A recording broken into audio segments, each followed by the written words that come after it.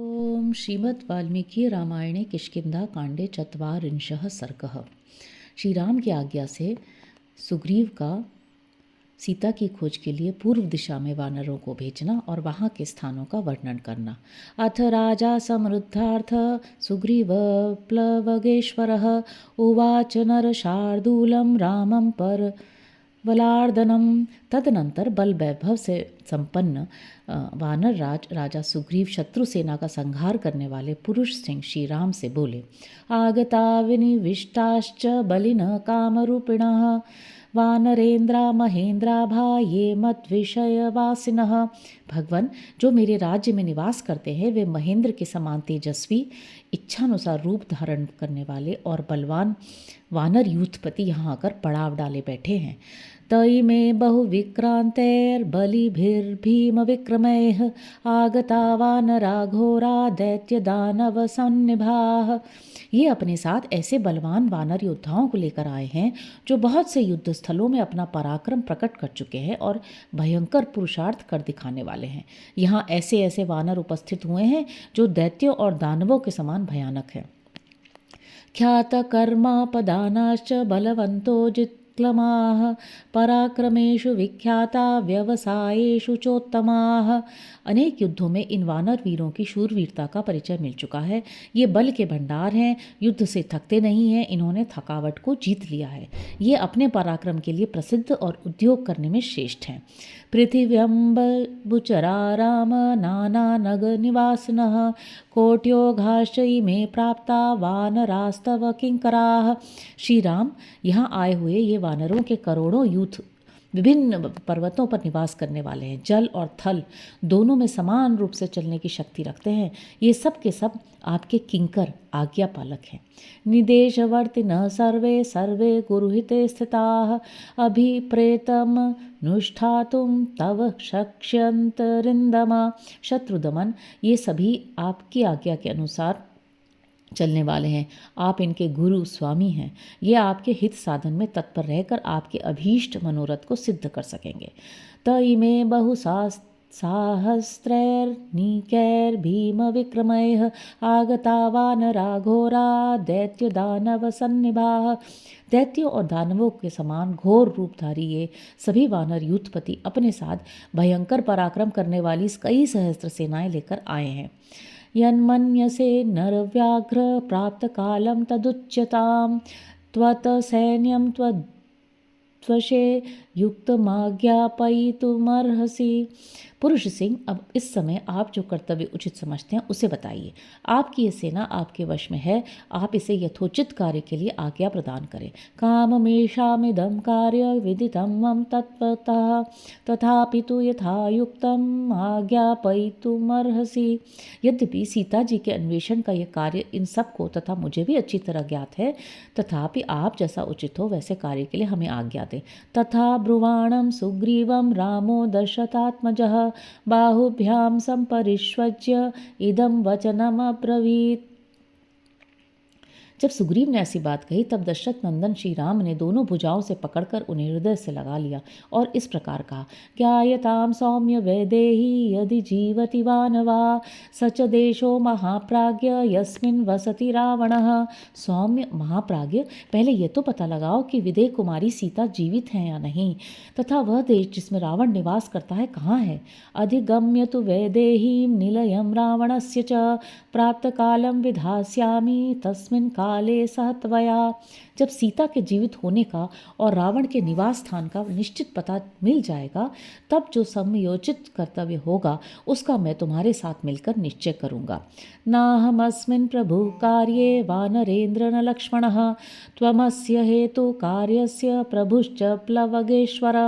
वानरराज, इस कार्य को सिद्ध करने में न तो मैं समर्थ हूँ और न लक्ष्मण ही। कपीश्वर, इस कार्य की स्थिति तुम्हारे ही हाथ है, तुम ही इसे पूर्ण करने में समर्थ हो। त्वमे वाज्ञापय विभो मय कार्य विनिश्चयं त्वं हि जानासि मे कार्यं मम वीर न संशयः। प्रभु, मेरे कार्य का भली भांति निश्चय करके तुम ही वानरों को उचित आज्ञा दो। वीर, मेरा कार्य क्या है इसे तुम ठीक ठाक जानते हो, इसमें संशय नहीं है। सुहृद्वितीयो विक्रांत प्राज्ञ काल विशेषशित भवानस्मि स्मधित्ते युक्त सुहृदाप्तोऽर्थवित्तमः। लक्ष्मण के बाद तुम ही मेरे दूसरे सुहृद हो। तुम पराक्रमी, बुद्धिमान, समयोचित कर्तव्य के ज्ञाता, हित में संलग्न रहने वाले, हितैषी बंधु, विश्वास पात्र तथा मेरे प्रयोजन को अच्छी तरह समझने वाले हो। एष मुक्तस्तु सुग्रीवो विनतं नाम यूथपम् अब्रवीत् राम सान्निध्ये लक्ष्मणस्य च धीमतः।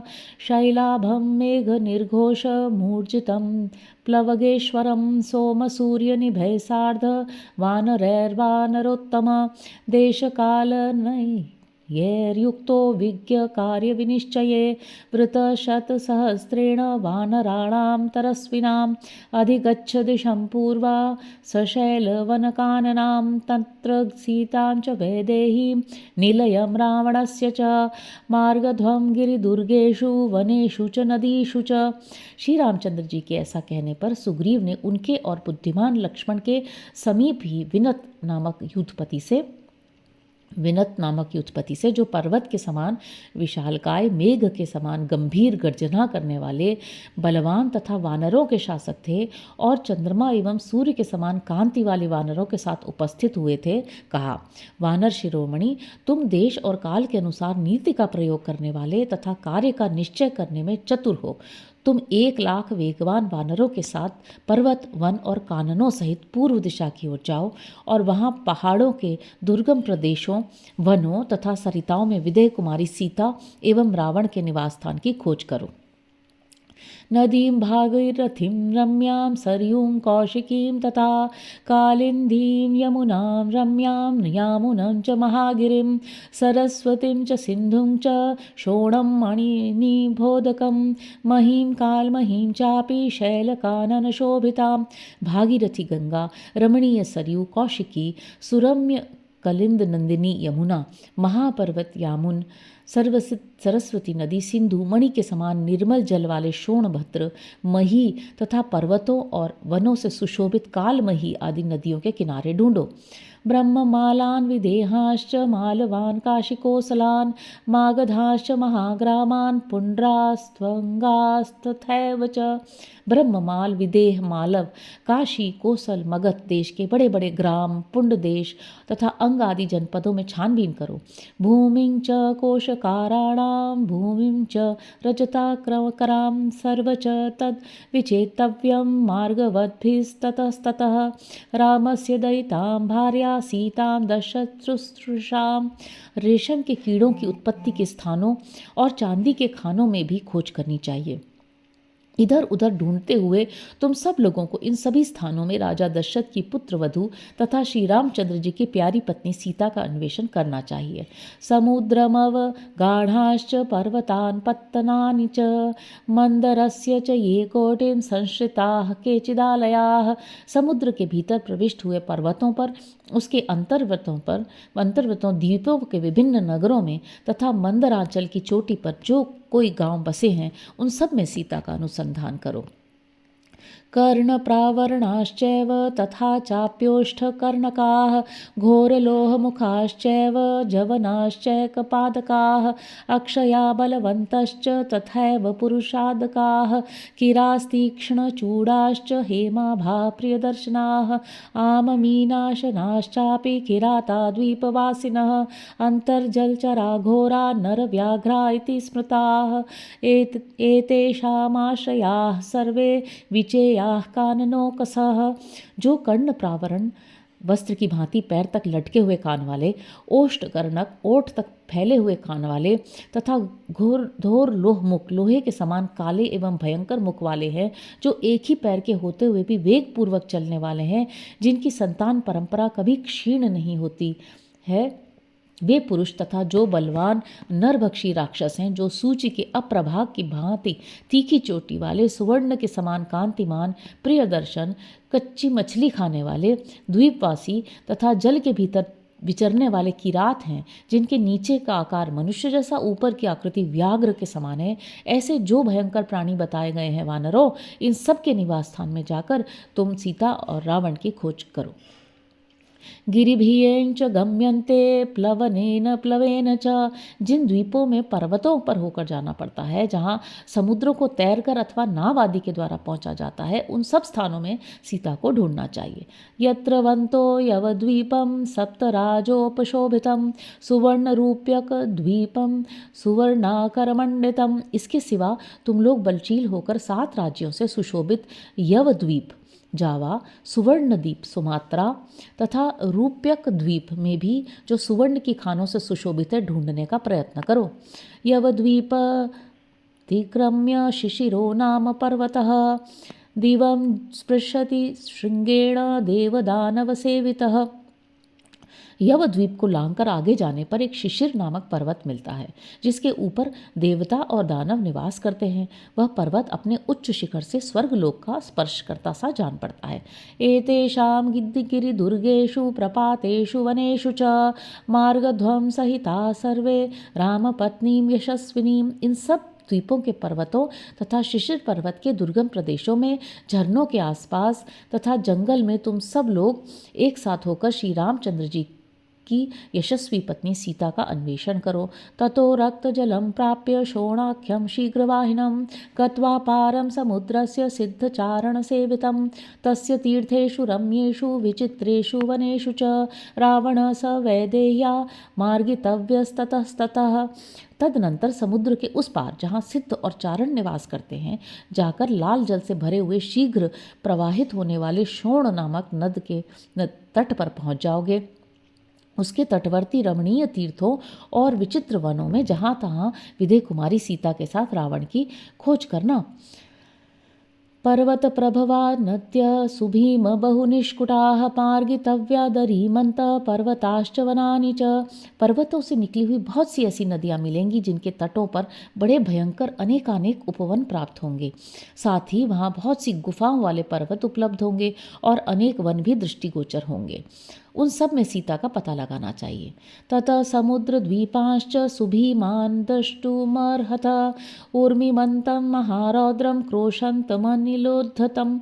तत्पश्चात पूर्वोक्त देशों से परे जाकर तुम इक्षुर रस से परिपूर्ण समुद्र तथा उसके द्वीपों को देखोगे, जो बड़े ही भयंकर प्रतीत होते हैं।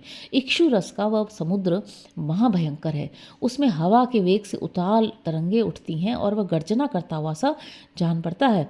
तत्रासुरा महाकायाश्छायां गृह्णन्ति नित्यशः ब्रह्मणा समुन्नुज्ञाता दीर्घकालं बुभुक्षिता। उस समुद्र में बहुत से विशालकाय असुर निवास करते हैं। वे बहुत दिनों के भूखे होते हैं और छाया पकड़कर ही प्राणियों को अपने पास खींच लेते हैं। यही उनका नित्य का आहार है।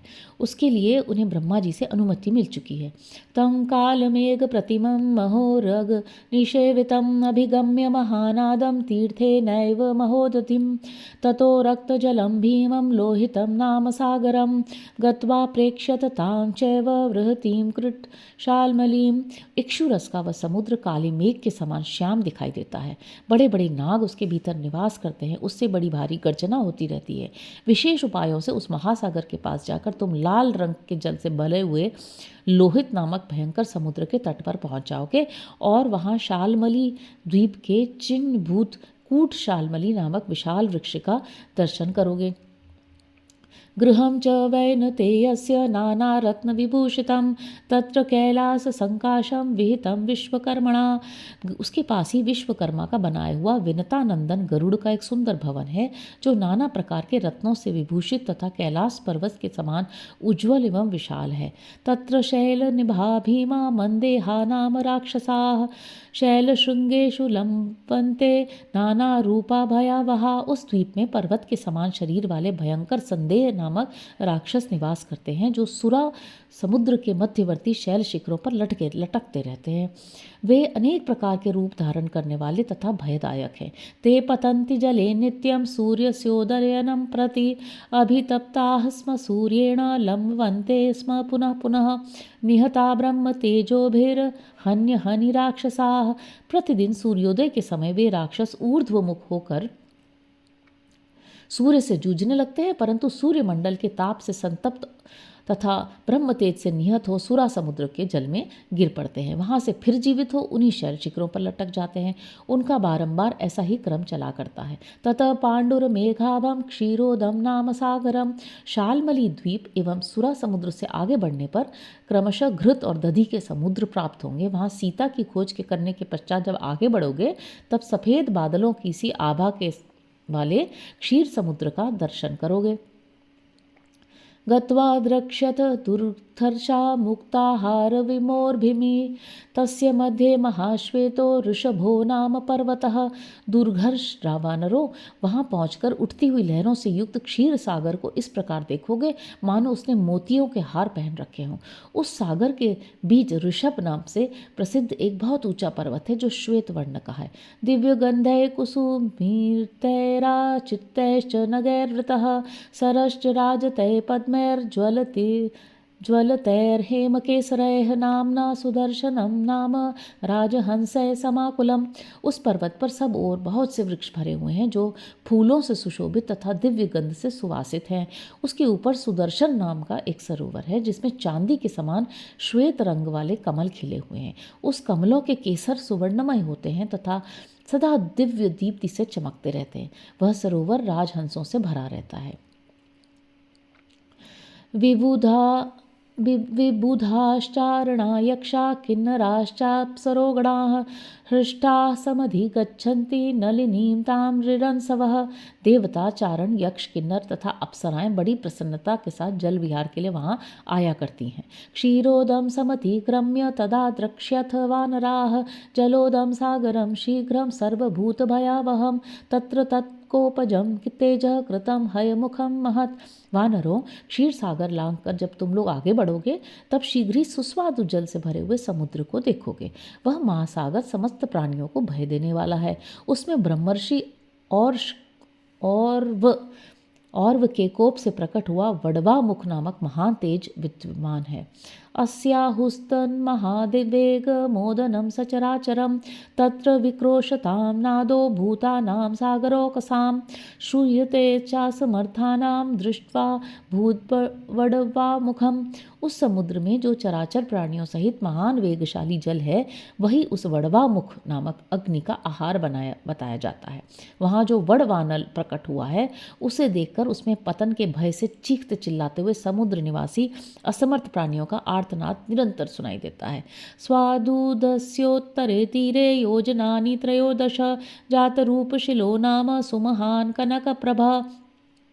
स्वादिष्ट जल से भरे हुए उस समुद्र के उत्तर 13 योजन की दूरी पर सुवर्णमय शिलाओं से सुशोभित कनक की कमनीय कांति धारण करने वाला एक बहुत ऊंचा पर्वत है। तत्र चंद्र प्रतीकाशम पन्नगम धरणीधरम पद्मपत्र विशालाक्षम, ततो द्रक्ष्यत वानराः आसीनं पर्वतस्याग्रे सर्वदेव नमस्कृतं, सहस्रशिरसं देवम् अनंतं नीलवाससं। वानरों, उसके शिखर पर इस पृथ्वी पर धारण करने वाले भगवान अनंत बैठे दिखाई देंगे। उनका श्री विग्रह चंद्रमा के समान गौर्ण वर्ण का है। वे सर्प जाति के हैं परंतु उनका स्वरूप देवताओं के तुल्य है। उनके नेत्र प्रफुल्ल कमलदल के समान हैं और शरीर नील वस्त्र से आच्छादित है। उन अनंत देव के सहस्त्र मस्तक हैं। त्रिशिराः कांचन केतुस्तालस्तस्य महात्मनः, स्थापितः पर्वतस्याग्रे विराजति सवेदिकः। पर्वत के ऊपर उन महात्मा की ताड़ के चिन्ह से युक्त सुवर्णमयी ध्वजा फहराती रहती है। उस ध्वजा की 3 शिखाएं हैं और उसके नीचे आधार भूमि पर वेदी बनी हुई है। इस तरह उस ध्वज की बड़ी शोभा होती है। पूर्वस्यां दिशि निर्माणं कृतं त्रिदशेश्वरैः, ततः परम हेममय सीमानुदय पर्वतः। यही तालध्वज पूर्व दिशा की सीमा के सूचक चिन्ह के रूप में देवताओं द्वारा स्थापित किया गया है। उसके बाद सुवर्णमय उदय पर्वत है जो दिव्य शोभा से संपन्न है। तस्य कोटिर्दिवं स्पृष्ट्वा शतयोजनमायता जात रूपमयी दिव्या विराजत सवेदिका। उसका गगनचुंबी शिखर 100 योजन लंबा है। उसका आधारभूत पर्वत भी वैसा ही है। उसके साथ वह दिव्य सुवर्ण शिखर अद्भुत शोभा पाता है। सालैस्तालैस्तमालैश्च कर्णिकारैश्च पुष्पितैः जातरूपमयैर्दिव्यैः शोभते सूर्यसन्निभैः। वहाँ के साल, ताल, तमाल और फूलों से लदे कनेर आदि वृक्ष भी सुवर्णमय ही हैं। उन सूर्य तुल्य तेजस्वी दिव्य वृक्षों से उदयगिरी की बड़ी शोभा होती है। तत्र योजन विस्तारम उच्छितम दशयोजनम श्रृंगम सौमनसम नाम जातरूपमयम ध्रुवम। उस 100 योजन लंबे उदयगिरी के शिखर पर एक सौमनस नामक सुवर्णमय शिखर है, जिसकी चौड़ाई 1 योजन और ऊंचाई 10 योजन है। तत्र पूर्वं पदं कृत्वा पुरा विष्णुस्त्रिविक्रमः द्वितीयं शिखरे चकार पुरुषोत्तमः। पूर्व काल में वामन अवतार के समय पुरुषोत्तम भगवान विष्णु ने अपना पहला पैर उस सौमनस नामक शिखर पर रखकर दूसरा पैर मेरु पर्वत के शिखर पर रखा था। उत्तरेण परिक्रम्य जम्बुद्वीपं दिवाकरः दृश्यो भवति भूयिष्ठं शिखरं तन्महोच्छ्रयम्। सूर्यदेव उत्तर से घूमकर जम्बू द्वीप की परिक्रमा करते हुए जब अत्यंत ऊंचे सौमनस नामक शिखर पर जाकर स्थित होते हैं, तब जम्बू द्वीप निवासियों को उनका अधिक स्पष्टता के साथ दर्शन होता है। तत्र वैशाखानसा नाम बालखिल्या महर्षयः प्रकाशमाना दृश्यन्ते सूर्यवर्णास्तपस्विनः। उस सौमनस नामक शिखर पर वैखानस महात्मा महर्षि बाल खिल्यगण प्रकाशित होते देखे जाते हैं, जो सूर्य के समान कांतिमान और तपस्वी हैं। अयम सुदर्शनो द्वीप पुरो यस्य प्रकाशते तस्मिन् तेजश्च चक्षुश्च सर्व प्राणभृतामपि। यह उदयगिरी के सौमनस शिखर के सामने का द्वीप सुदर्शन नाम से प्रसिद्ध है, क्योंकि उक्त शिखर पर जब भगवान सूर्य उदित होते हैं तभी इस द्वीप के समस्त प्राणियों का तेज से संबंध होता है और सबके नेत्रों को प्रकाश प्राप्त होता है। यही इस द्वीप के सुदर्शन नाम होने का कारण है। शैलस्य तस्य पृष्ठेषु कंदरेषु वनेषु च रावणः स वैदेह्या मार्गितव्यस्ततस्ततः। उदयाचल के पृष्ठभागों में, कंदराओं में और वनों में भी तुम्हें जहाँ जहाँ विदेह कुमारी सीता सहित रावण का पता लगाना चाहिए। कांचनस्य च शैलस्य सूर्यस्य च महात्मनः आविष्टा तेजसा संध्या पूर्वा रक्ता प्रकाशते। उस सुवर्णमय उदयाचल तथा महात्मा सूर्यदेव के तेज से व्याप्त हुई उदयकालिक पूर्व संध्या रक्तवर्ण की प्रभा से प्रकाशित होती है। पूर्व में तत्कृतं द्वारं पृथिव्या भुवनस्य च सूर्यस्योदयनं चैव पूर्वाह्योषा दिगुच्यते। सूर्य के उदय का यह स्थान सबसे पहले ब्रह्मा जी ने बनाया है, अतः यही पृथ्वी एवं ब्रह्मलोक का द्वार है। पहले इसी दिशा में इस द्वार का निर्माण हुआ था, इसलिए इसे पूर्व दिशा कहते हैं। तस्य शैलस्य पृष्ठेषु निर्झरेषु गुहासु च रावणः स वैदेह्या मार्गितव्यस्ततस्ततः। उदयाचल की घाटियों, झरनों तथा गुफाओं में यत्र तत्र घूमकर तुम्हें विदेह कुमारी सीता सहित रावण का अन्वेषण करना चाहिए। ततः परम गम्या स्याद् दिक्पूर्वा त्रिदशावृता रहिता चंद्र सूर्याभ्याम दृश्या तमसावृता। इससे आगे पूर्व दिशा अगम्य है, उधर देवता रहते हैं, उस ओर चंद्रमा और सूर्य का प्रकाश न होने से वहाँ की भूमि अंधकार से आच्छन्न एवं अदृश्य है। शैलेषु तेषु सर्वेषु कंदरेषु नदीषु च ये च नोक्ता मयोद्देशा विचेयातेषु जानकी। उदयाचल के आसपास के जो समस्त पर्वत, कंदराएं तथा नदियां हैं, उनमें तथा जिन स्थानों का मैंने निर्देश नहीं किया है उनमें भी तुम्हें जानकी की खोज करनी चाहिए। एतावद् वानरैः शक्यं गन्तुं वानरपुङ्गवाः अभास्कर मर्यादं न जानीमस्ततः परम। वानर शिरोमणियों, केवल उदयगिरी तक ही वानरों की पहुंच हो सकती है। इसके आगे न तो सूर्य का प्रकाश है, न देश आदि की कोई सीमा है, अतः आगे की भूमि के बारे में मुझे कुछ भी मालूम नहीं है। अभिगम्य तु वैदेही निलयम रावणस्य च मासे पूर्णे निवर्तध्व मुदयम प्राप्त पर्वतम। तुम लोग उदयाचल तक जाकर सीता और रावण के स्थान का पता लगाना और 1 मास पूरे होते होते तक लौट आना। ऊर्ध्वं मासान्न वक्तव्यम वसन बध्यो भवेन् मम सिद्धार्थासन्निवर्तध्वम् अधिगम्य च मैथिलीम। 1 महीने से अधिक न ठहरना, जो अधिक काल तक वहाँ रह जाएगा वह मेरे द्वारा मारा जाएगा। मिथिलेश कुमारी का पता लगाकर अन्वेषण का प्रयोजन सिद्ध हो जाने पर अवश्य लौट आना। महेंद्र कांता वन निषण्डं मन्दितां दिशं चरित्वा निपुणेन वानरा अवाप्य सीतां रघुवंशजप्रियां ततो निवृत्ता सुखिनो भविष्यत्। वानरों वन समूह से अलंकृत पूर्व दिशा में अच्छी तरह भ्रमण करके श्री रामचंद्र जी की प्यारी पत्नी सीता का समाचार जानकर तुम वहां से लौट आओ, इसमें तुम सुखी होगे। इत्यार्षे श्रीमद् रामायणे वाल्मीकि आदि काव्ये किष्किंधा कांडे चत्वारिंशः सर्गः। इस प्रकार श्री वाल्मीकि निर्मित आर्ष रामायण आदि काव्य के किष्किंधा कांड में 40वां सर्ग पूरा हुआ। हरि ओम।